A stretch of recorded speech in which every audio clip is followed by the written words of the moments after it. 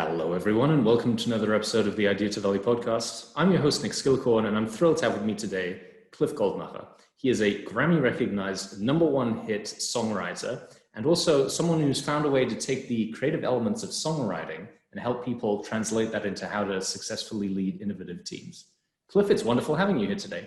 It is nice to be with you, Nick. Thanks so much for having me. Welcome to the Idea to Value podcast, where in every episode we highlight the latest insights into creativity and innovation from experts around the world. I'm your host, Nick Skillicorn. I care about the evidence behind what makes ideas happen, and I've already helped thousands of people just like you through my unique insights into recent scientific findings of how creativity works. I also show you how to turbocharge innovation programs so they finally deliver on the value and ideas you've been struggling to execute. Get your free training on how creativity can be improved by registering now at www.ideatovalue.com. Now let's get on with today's episode. So Cliff, for people who don't know about you and your work, can you give us a brief background as to your songwriting career and how you got started? Sure, absolutely. So I've been writing songs now for about 30 years, and I've written over 1,000 of them. I wrote my first song in college for the reason anybody writes a song. I fell in love and was inspired to write a song, but then decided after school to take it a little bit more seriously. Moved to Nashville, Tennessee, which is one of those songwriting capitals, and spent about a dozen years there in the songwriting trenches before I moved to New York and worked there for about 5 years, and then ultimately moved to where I am now, which is Northern California. But I still travel for work to LA, New York, Nashville, the music centers of the country. And you mentioned you had a #1 hit. Who was that with? So right before I left New York, I was put together to write with an artist named Spencer Day, a wonderful jazz vocalist. And he and I were introduced through a mutual friend at a record label. We sat down, we chatted for about 20 minutes, and then over the next 3 hours or so, we wrote a song. Like I said, I've done this many, many times before. We both enjoyed each other's company. We thought we'd written something that captured the essence of what we were going for. And that was kind of that for a while. And then through the twists and turns of the music industry, my friend Spencer lost his record deal. And so we thought everything was sort of washed up. And then he got another record deal. And they decided that song that we wrote 20 minutes after meeting each other would be the first single on the record. And we watched it climb the charts. It was on the charts for 27 weeks and ended up at #1. So it's not a business plan, but it ended up working out just fine. I mean, there's a lot of stigma around some struggling artists, and especially songwriters. They're often sort of viewed as the stereotypical hungry, starving artist. Was that your experience as well? You know, the stereotype is certainly there for a reason. But one of the things that I have found is that the songwriters who ultimately have a career in songwriting don't look at it that way. It is obviously it's a creative endeavor, but it's a business. And my experience has been that if you treat it that way and you find a way to somehow navigate the marriage of art and commerce, you don't have to be a starving artist, and you really can. I have a guiding principle, which is I want to wake up every day and do something with music. Now, how do I do that? And that's been the principle that's guided me through 30 years of doing this. So while there are certainly plenty of stories of starving artists, that has not been my experience, nor is it the experience that I have found with other songwriters who have a career in songwriting. Fascinating. So I know you've got a process that takes the elements of songwriting and applies them to innovation, but I'd like to just understand your creative process as well. As a creator, as an artist, what puts you in a creative mind? So what puts you in a state where you can actually repeatedly exercise your creative execution? That's actually a wonderful question, because there's this assumption that creativity is limited to the few people in the world where a finger somehow comes out of the clouds and touches you and says, you're one of the creative ones.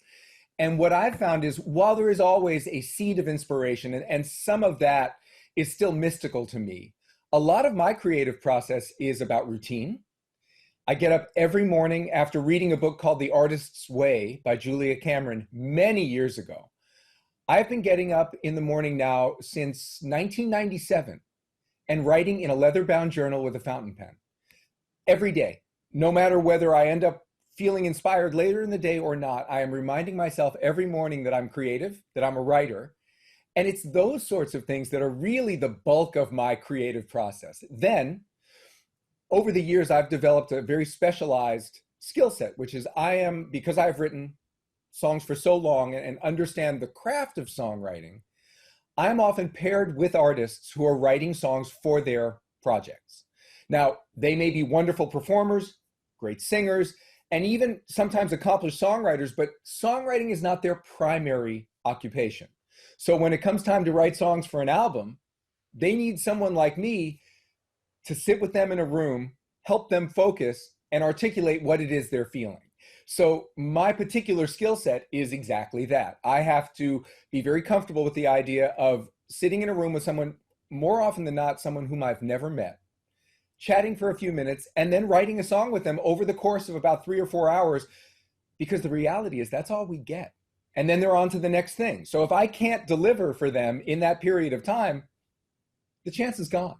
So that's another part of my creative process, is this many, many years of honing the craft, so that when it's time to flip the switch and be creative, I can do it. There's probably not much time or room for perfectionism in there, is there? That's exactly right. And I love the expression that perfect is the enemy of done. So we don't agonize over it that way. I'm all about flow, creative flow, and making sure that we can get our arms around the entire concept first. Then we can refine and chip away and make those little revisions that add that final bit of polish. But that's not what those 3 hours are for. Those are for making sure that whatever, I like to call it, whatever is in the room that day, we capture and we turn into a song. So what can companies and individuals who want to improve their creative performance or innovative outputs, what can they learn from a songwriter? Well, this is something I came to later, obviously, once I understood what songwriting brings to me, not just in terms of putting songs in the world, but the skills that songwriting develops. I realized that these skills are essentially universal. And the skills that I discovered apply very specifically to the idea of improving your ability to innovate. So if I understand the question, would you like me to describe those skills and possibly the songwriting equivalent? Absolutely. That sounds perfect. Yes, please. Great. So let's start with the skill of lateral thinking. This is the ability to reimagine a concept from a new angle. In songwriting, the element of songwriting that helps you do this is the metaphor, because you take an otherwise dry concept and reimagine it as something symbolic, and that helps your lateral thinking ability.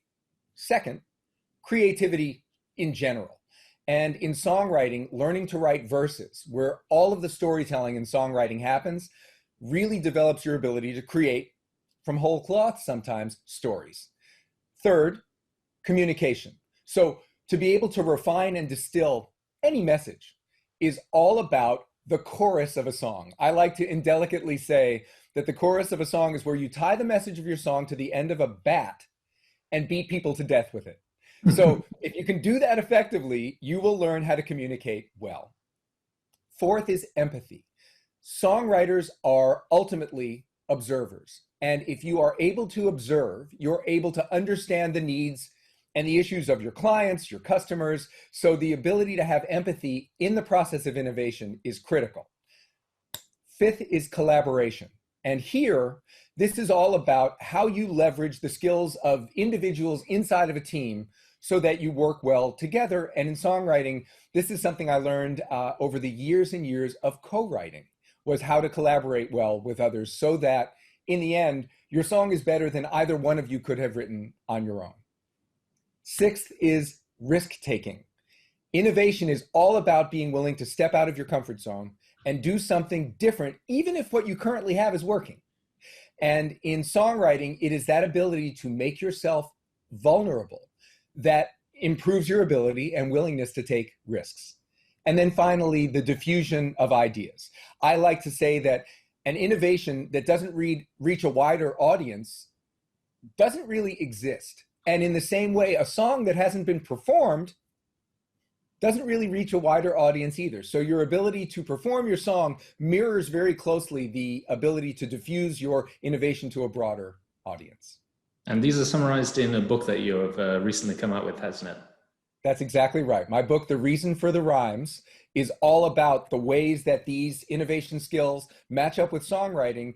And then I teach my readers how to write songs in the book so that they can develop these skills. So what I'd like to find out from your perspective, obviously if everything's running perfectly, then everything will flow naturally. But let's maybe take one or two of them as an example. Can you give me an example of, let's say, when you were working with an artist and they were struggling to come up with metaphors, and then an equivalent where you've been working with a company and you've used that to help them in that part of the innovation journey?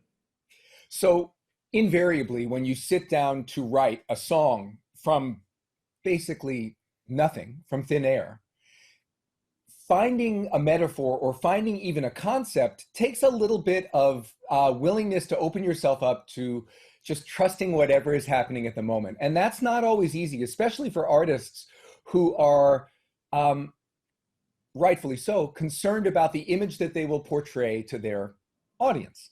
So my job, and the same thing with companies, is to help them relax and just, by the way, metaphors, there are an infinite number of metaphors for any idea. And I'll give you an example of one that I used when I was working with an airline.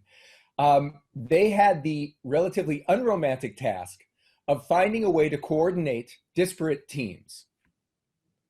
Not exactly a great song title or a great song topic until we changed it to the metaphor of a flock of geese flying south for the winter. All of a sudden, you've got this concept that is laden with emotion. Now people are dependent on each other for their survival. And we ended up writing a song called If You've Got My Front, I've Got Your Back, which talks all about how when you work together, you're able to do something greater than you could have done on your own. So that idea of coordinating everybody and bringing them together in the concept of a flock of geese was somehow more human, ironically, than just speaking in broad strokes about coordinating teams. And how about another one which resonated with me a bit, this idea of the chorus and how you can use that for communication? Right. So I think what a lot of beginning songwriters do, even if their primary goal is to be a songwriter, as opposed to business people that I'm getting to write songs for the first time, I think there's a tendency to overcomplicate and to try and explain in such great depth that you lose the attention of your intended audience. So what I love about a simple chorus is that what it does in no uncertain terms is grabs the listener's attention very simply and then shakes them until they agree that they understand what you're talking about. And the example I use in the book is a song that was popularized by the Temptations called My Girl, a big Motown hit. And the entire chorus of that song is, I guess you'd say, what can make me feel this way? My girl, my girl, my girl, talking about my girl, my girl. Now, if by the end of that chorus you don't know that the song is about this singer's girl, I can't help you. But to me, that's a classic example of a chorus that is so simple and yet so memorable. And if you can make all of your communications that way, people will remember what you've had to say. So that's why I love the idea of teaching people to write choruses so that they understand that your ultimate message doesn't have to be complicated to connect with people. As a matter of fact, more often than not, it works better when it's not. How about something you touched on earlier, which is when you're working with performers who are very skilled at their craft, but maybe the songwriting aspect isn't their strength. I want to get two perspectives on it, one from the songwriting and from the musician side, and then one from the corporate side. Is it okay to just be a performer? Or to be an artist, do you need to be a creator as well? Listen, if all artists were also creators, we songwriters would be in big trouble. So I am always grateful for an artist who says, listen, I know what I'm good at, and now I need songs. Do you have any songs? Because that's what I've spent my career hopefully getting good at. So in my mind, there is absolutely no stigma in an artist who has decided this is where I am strong, this is where I am not, and I'm going to go to someone who is strong where I'm not. It is a classic example of a good collaboration. So no, I do not feel that artists need to also write their own material. Now, we all know artists who do, and this is interesting. The average audience member who is listening to an artist perform assumes, without exception, that anything the artist sings was written about and by the artist. It is just a natural assumption. So I'm effectively, as a songwriter, a ghostwriter. Fine. That's absolutely fine with me. And so I think what songwriters need to understand is how their songs are going to be perceived by their listeners. And this applies in business as well. How is your message going to be perceived by the people who receive it? Because they're not necessarily going to know where that message came from. They're only going to be exposed to the message. And keeping that in mind when you put a message together is critical. I can see metaphors and analogies in the corporate sense of people developing products or developing services being the songwriters, and then the marketing and sales team being the performers. Yes, that's a great analogy. That's right. So we're coming up to the end of the interview. I found this fascinating, but I want to get just back to the creativity side from your perspective. What makes a really good song? If you have examples of really, really bad songs that may still be successful, or different types of good songs, maybe that have incredibly complicated lyrics, like something from recent Eminem tracks, or something that might be a bit slower and simpler, but really emotional or deeply meaningful. What sort of triggers quality from your perspective? Well, I'm going to borrow from a very, very successful and accomplished producer named Don Was, who said, first and foremost, there are no good and bad songs. There are generous and selfish songs. So a generous song is a song that is written to connect with others. And a selfish song is a song that basically says, look at me and how great I am. So from my perspective, that really resonated with me. A song that is written in the attempt to connect to the greater humanity, whatever audience that connects with, because as you well know, Eminem's fans aren't necessarily going to be Enya's fans and vice versa. But that doesn't mean to their audiences that those songs aren't good for their favorite artists. I think good, generous, comes from that connection with their audience. And selfish songs are those songs that are really just designed to bring attention back to the creator as opposed to giving to the larger community. Fascinating. Cliff, it's been wonderful speaking with you. If people want to find out more about you, your book, or the work that you do, what's the best place they can go to find out more? My website, thereasonfortherhymes.com, has everything.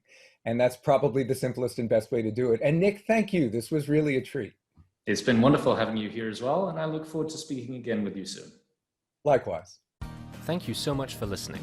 If you liked it, please like, share and subscribe, and leave me a comment about what you thought and what you'd like to see more about. If you want to take your creativity and innovation capabilities to the next level, then invest in yourself with the premium training only available at ideatovalue.com. These exclusive training modules have all been put together by me, Nick Skillicorn, and have been used by thousands of artists, innovation leaders and CEOs to become better at understanding the source of their creativity and executing on their innovation ambitions.